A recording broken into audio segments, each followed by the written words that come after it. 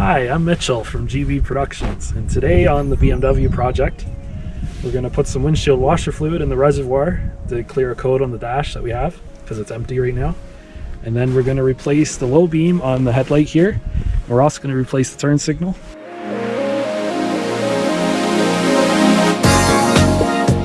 Alright, so the first thing we're going to do today is we're going to put some windshield washer fluid in the reservoir. So this is just some cheap stuff you can get at the store.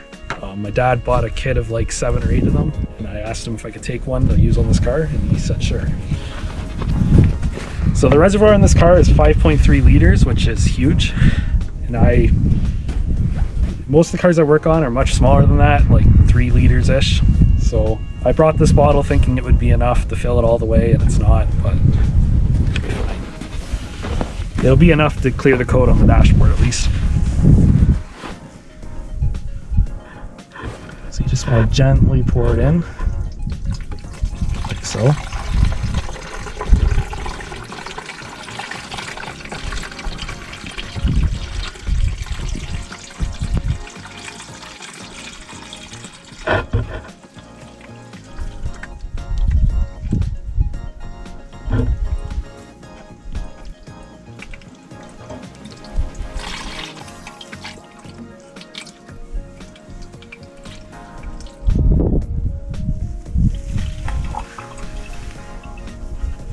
And by doing this, we can also check to make sure that the windshield washer jets are still functional in the car as well, which is something we don't know at this point.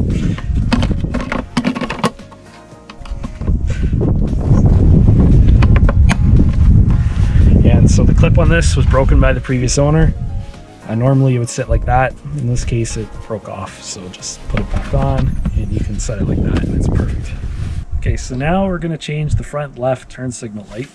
I have a pack here of Sylvania Long Life 7506 halogen bulbs, which is what is used for the BMW's turn signal lights. So what you want to do to remove the lens here, you want a screwdriver that's at least 3 inches long, and then you want to stick it in here. And so there'll be a tab inside here that you push down and then push outwards.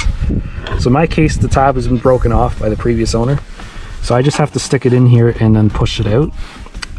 If you have a E46 from 2002 onwards, there's actually a screw in there that holds a clamp. And so you want to loosen that screw and then push it out. So now this should just come out like so.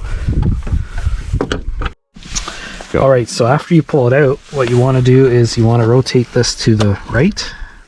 And on the back here, it has something that says off and zoo. Zoo means tighten and off means loosen. Obviously, off is off. So now, as you can see, this light is in perfectly good condition.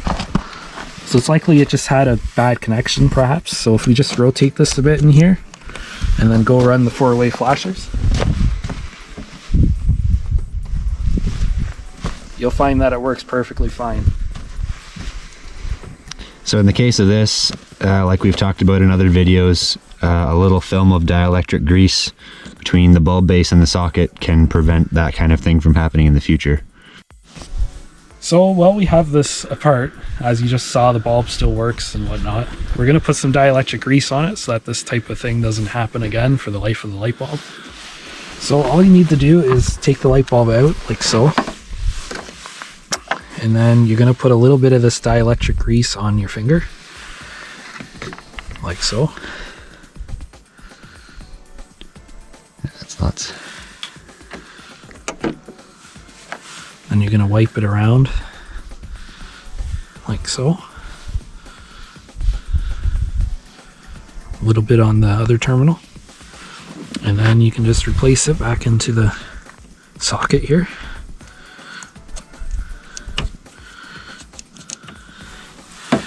And then using a shop towel. So if you get a little bit of residue on the bulb, you should probably just try to wipe it off if you can. The manual says not to handle it by the bulb, but I have no idea how you could possibly handle this without touching the bulb. Just with a glove or a rag, I guess. And as you can see, it works perfectly fine. So now we're gonna put the lens back. We're gonna put the bulb back in the lens and then reinstall the lens, and that's about it. So you install it like that, put it in, turn it to the right.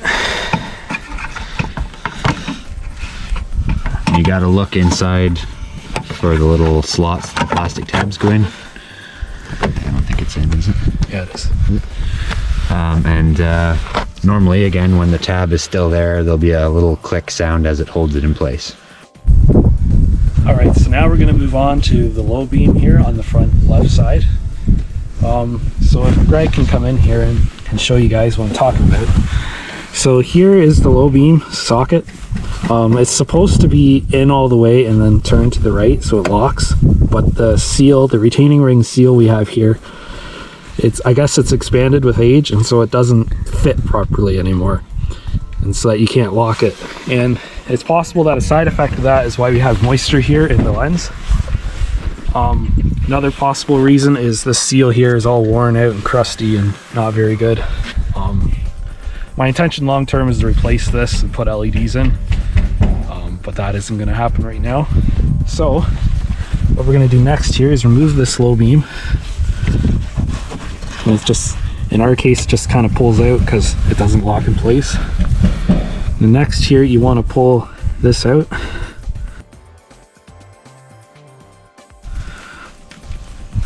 And it just pulls out. We thought there was corrosion here, but there's really nothing wrong with it at all. Looking at the bulb filament, if you turn it around there, we try not to touch the glass usually, but it's hard when you can't get a hold of it. Looking at the filament there, hard to see on the camera, but we looked at it off camera and it looks like the filament is fine. But considering that there's no corrosion on the terminals, we'll try the new bulb. And if this new bulb still doesn't work, then we know it's not the bulb, there's something wrong with the socket or the wiring. All right, so now I'll go grab a new bulb. So this is just the no-name brand certified hydrogen halogen replacement bulb. It's of the H7 type, which fits this car. You can find that in the Bentley service manual.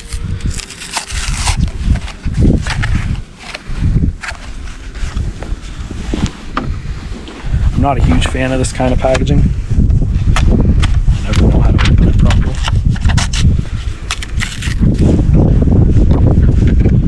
Alright, so here's the new bulb. Looks pretty much exactly the same to the one we just took off. Oh, it might be a little bit different. So you see there's this little plastic piece or glued piece or whatnot. That doesn't exist on the old bulb. Which that must be the failure point on it. I don't know. So the only thing to note is, yeah, which direction, and I'm guessing those plastic tabs are supposed to be for this tab? This way. I could be wrong though. Oh, that's why you should pay attention when you take it apart. Maybe it's supposed to be the other way. Oh yeah, okay. Fits in. Oh, maybe it is that way, because look. Anyway, we'll go with it like this and see what happens. So to do this, you got to turn it on to on. You don't have crank, to. yeah. You don't have to start the engine.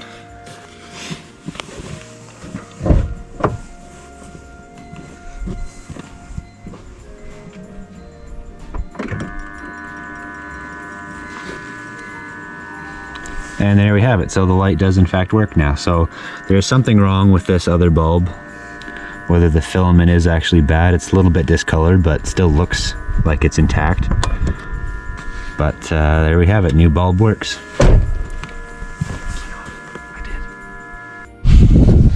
All right, so now we're just gonna put this back into the lens here and just push it in as far as we can. We can't push it all the way and rotate it, but on your car you can, or might be able to. So if you can do that, do that. So what you want to do here is push it in, and then when it's in all the way, what you would normally want to do is push both sides in equally and then rotate it to the right so it locks in place. In our case, this is as far as we can make it go for whatever reason to do with the seal here. It just won't let us, so that's as tight as it's going to get. And yeah, so that's all we're going to do. Well, first we're going to test it again. Just to make sure that installing it didn't loosen the connection.